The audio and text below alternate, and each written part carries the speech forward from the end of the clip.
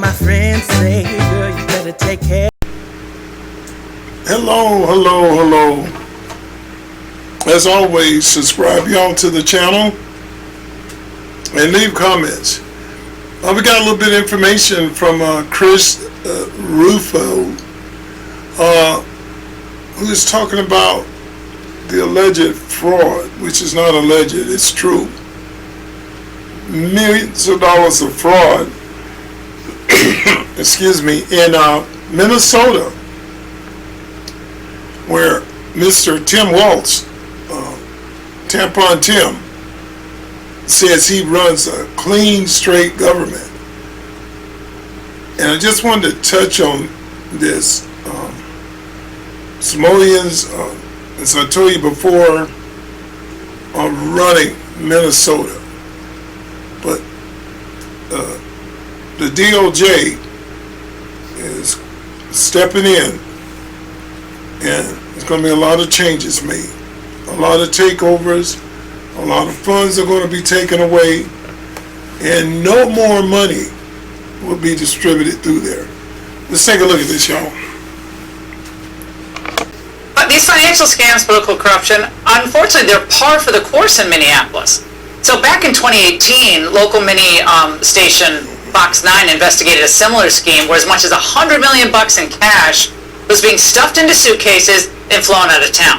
So the fraudsters were reportedly using daycare facilities, isn't that nice, owned mostly by Somalis, to game the system and steal millions in government subsidies. Remember, it's always for the children. Here with us is one of the men who helped expose all of this, Chris Rufo, the one and only, Manhattan Institute Senior Fellow. Also with me is Dustin Greggy, Town Hall columnist. Chris, let's start with you. Now, they knew about it for so long. Why didn't Tim Walz do anything about this?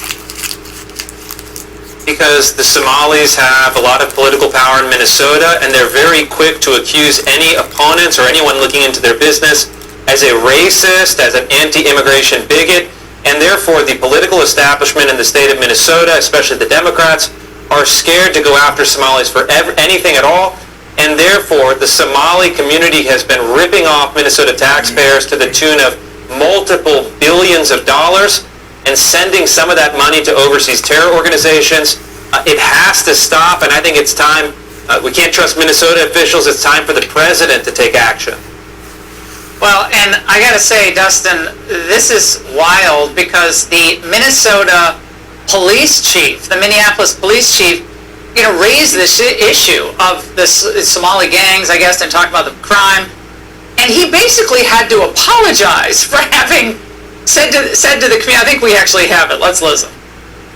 We have to be honest at times with the problems that we're having in our community, and we need our community to help us fix those problems together because it's real and it's serious. At the same time, if people have taken anything that I have said out of context in a way that's caused harm, I apologize and I'm sorry for that. He's sorry for making crime and something that we need to address in Minneapolis. Telling the truth. Dustin. Yeah, and to your point and what Chris has stated, it all comes down to a lot of the time, people are afraid of being called a racist. This goes all the way back to Omar Fattah, even with Feeding Our Future. When you look back at that time, Tim Walz had the ability to do stop payments on Feeding Our Future before they stole $250 million. Omar Fattah actually ended up going out there publicly and stating that it's because our state government is actually racist. And they ended up vying through that. And if you look at Minnesota in our 2022 election, we actually had 2 statewide seats come within 1 percentage point of actually winning for Republicans. So when we're talking about 100,000 Somalis in the Somali community, but only tens of thousands of votes being the margin of victory for Republicans, that's a voter base you simply don't want to upset. But now what has it gotten to us? We are going back to 2014 when this all started. 2018 is when Walz enters office, but we're not talking about hundreds of millions, we're talking about billions at this point, and whistleblowers within DHS in Minnesota predict that it could exceed $6 billion, not just $2 billion that's been discovered so far. Dustin, this is crazy. I mean, this is what we imported when we brought in a massive number of Somali refugees, Chris, and tell us what the most shocking thing you discovered in your reporting. It's just the scale. I mean, this is unprecedented. It's in a massive amount of money. And what I think has to happen now is that the President, the Secretary of State have to take a tough look at the Temporary Protected Status, or TPS program. You have a lot of these Somalis have come in on this program, and instead of being grateful for the opportunities that they have in the United States, they're ripping off taxpayers, taking money away from kids with autism, kids with other disabilities, and then sending it abroad to fund, in some cases, acts of terrorism. The President can shut this down tomorrow by revoking the TPS status for the Somali community in Minnesota. And let me be clear, if you are not a United States citizen and you're involved in ripping off taxpayers, you should be in jail or gone tomorrow. I think we've experimented with mass Somali immigration. It's failed. It doesn't work. It's time for them to go home. All right, both of you, thank you. We'll have you back, and we're going to follow up on this story. Now, the President is going to stop it. DOJ is working on it right now. DOJ is working on it right now. And President Trump, as I told you earlier, is stopping the funds to Minnesota. Also, there's no safety on Somalians getting out of here. Like he said, call it prejudice if you want to. This all started by letting all these people over here, and they not appreciating for what we've done for them. But in other words, what they're doing is fighting and fussing and taking and stealing. Taking money from American kids that had autism. And Tim needs to be taken out of office. Just like Kamala didn't win. They need to get rid of him. Because that's not right. And they're overtaking the whole city. And did you see that clip where the officer had to apologize for trying to do his job? Because foreigners, you offended them. So you have to take it out of text and say, you're sorry. Sorry for what? You're doing your job. And you know old Tim was behind that. Oh, don't you say anything like that. We don't need that type of riffraff going on around here. But the American people, they don't care about you people. That's what I'm trying to tell you. And you keep fighting for them and looking out for them. They do not care. Let's check this out, y'all.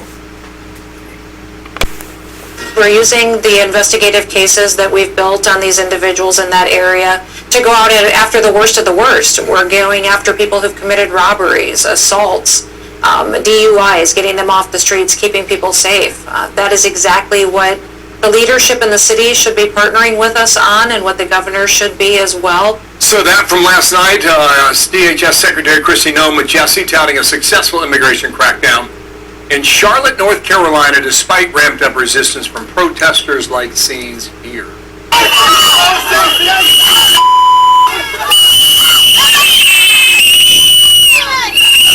So that was on Sunday, happened at a construction site. Demonstrators following agents hoping to derail Operation Charlotte's Web, as it is called. Still, it resulted in 130 arrests in only 2 days. White House border czar Tom Homan's with me now. Sir, welcome back. Good morning to you from the North Lawn at a very busy White House today. Here is Alma Adams, represents North Carolina. Democrat says they don't want you there. Go ahead and roll this. Total disregard for the citizen, the people, those of us who represent Charlotte. So I'm not surprised that they did not coordinate. Border Patrol did not coordinate with them. They want to come in, they want to sneak in. Well, they said they were coming. They just didn't tell us what they were going to do, where they were going to be, and that kind of thing. So we really did not have, and that's why citizens are up in arms. Go ahead and answer that, Mr. Homan, sir, if you could. She says total disregard for the people of her community. No, she needs to understand we're enforcing the law. I mean, what other federal agency does she think should not enforce the laws? We're taking public safety threats out of her community every day, which makes her community safer. You'd think she'd be hand in hand with us and thanking President Trump for focusing on the worst of the worst, prioritizing those public safety threats, those child rapists and murderers and others. So we're going to keep doing it. She can dislike it all she wants. We'd like her to be a partner and come and work with us on it, but if she doesn't want it, stand inside and watch us do your job. In Charlotte, that operation continues in Charlotte, right? You're still operating there? Yes. Okay. Chicago's been an issue. I know you're well aware of it. We just put up some numbers from Houston, Texas. I would just want to go back to that because during the government shutdown, this did not get a lot of attention. The numbers, however, are staggering, all right? The mayor in Charlotte's a Democrat. The mayor in Houston's a Democrat. Is the mayor in Charlotte cooperating? Or are we seeing numbers the way we are in Houston because there is cooperation from that mayor in Texas? No, what happened in Houston was a fantastic operation. I actually went out there and kicked that operation off. And, the first day, I can't tell you how many child rapists. The worst of the worst to me is a child rapist. How many of them we arrested the first day? I think 9 were arrested the first day. But we're going, regardless of Republican or Democratic city, we're going to force our laws across this country and take those public safety threats off the street bill. But I'll say this, I've said it from day one. Sanctuary cities, we're flooding the zone because we know they're releasing public safety threats into communities every day. That's where the biggest problem is, and that's where we're sending the majority of the agents. Okay, let me ask you this, the distinction between San Francisco and some other cities. Apparently, a lot of local leaders in San Francisco approached the administration and said, we can do this on our own, we can do it a better way. There's now reporting that New York City will make a similar appeal. What do you know about that? Well, I can tell you that President Trump and me talked about San Francisco, and I actually spoke to the mayor of San Francisco, and he goes, look, let my law enforcement, my leadership, let us see what we can do within our own government agencies here, and give us the chance. And you know what? He stepped up, and much of his law enforcement is doing the right thing. Even though they're sanctuary city, they're taking some actions against the worst of the worst. We'll see it, we'll monitor it, and as I talk to the president, we'll monitor the success. If we think we need to go in, then we'll have a discussion about going in. But New York City, I plan on being in New York City in the near future. We're going to do operations in New York City. We know in New York City, me and Mayor Adams at one point had an agreement to let ICE into Rikers Island so we can arrest the public safety threats and the safety and security of that facility, but the city council shut it down. So we're going to be coming to New York City. We're already there now. Teams are there now. But we will increase the enforcement presence in New York City, again, because they're a sanctuary city, and we know we have an issue there with public safety threats hitting the street every day. With that answer, is there a distinction between what's happening in San Francisco and what can or will happen in New York? We'll see. I think the president said last night, if the mayor of New York City wants to come in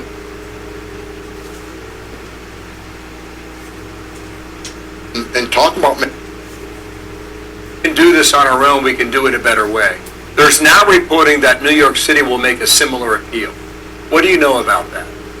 Well, I can tell you that President Trump and me talked about San Francisco, and I actually spoke to the mayor of San Francisco, and he goes, look, let my law enforcement, my leadership, let us see what we can do within our own government agencies here, and give us the chance. And you know what? He stepped up, and much of his law enforcement is doing the right thing. Even though they're sanctuary city, they're taking some actions against the worst of the worst. We'll see it, we'll monitor it, and as I talk to the president, we'll monitor the success. If we think we need to go in, then we'll have a discussion about going in. But New York City, I plan on being in New York City in the near future. We're going to do operations in New York City. We know in New York City, me and Mayor Adams at one point had an agreement to let ICE into Rikers Island so we can arrest the public safety threats and the safety and security of that facility, but the city council shut it down.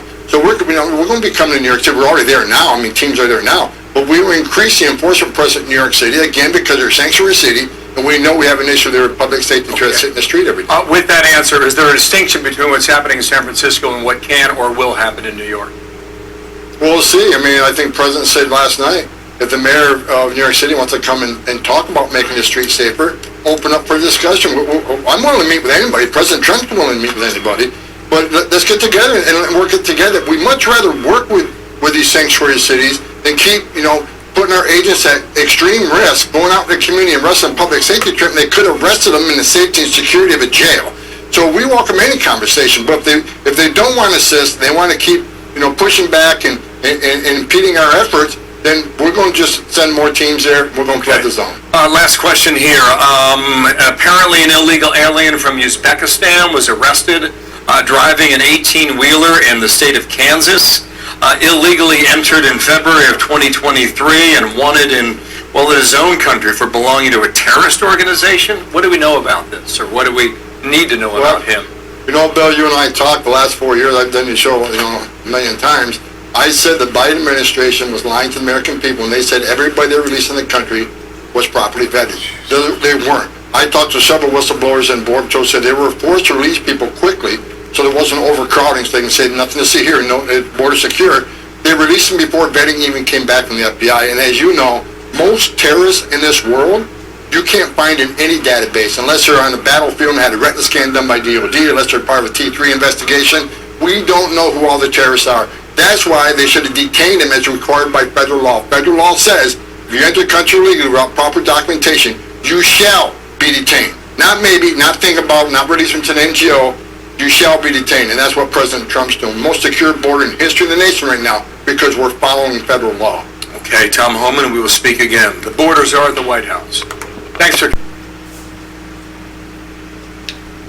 Tom Homan. Hawk Homan. He's serious-minded. He's getting the job done. And people, it's a good thing. We're cleaning up the city, cleaning up United States, putting the money back in United States where it should be. I'm a rational person. I don't see where it's wrong. I'm tired of our money being given to Congress, which are getting rich every single day. And we work getting poorer and poorer. It really came to light when all these immigrants came over here, and you Democrats, y'all showed where the American people stand. And I never had one idea in my mind that the American people would agree to this. Stand up there fighting for these people's rights. And they're taken from you, everything from you. Somebody said, hey, Donald Trump, and y'all go crazy. But I tell you, when those checks come out, every last one of y'all will take them. Your eggs are down in price, y'all taking it. Your gas is down in price, y'all taking it. Stock market's doing good, y'all taking it. Medicare, Medicaid, he's going to increase Social Security, y'all will take it. But on the other end, you're two-faced as can be. You're throwing knives and throwing daggers.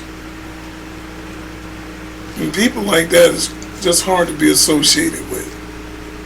So, on that note, y'all, like and subscribe to the channel. Please help us out. We're trying to grow, y'all. And we appreciate everybody that signed up. We're trying to grow this channel. Main thing I want to do with it is to give back and donate to needy funds. That's on the bucket list for me to do. And I really want to do this. And I need you guys' help.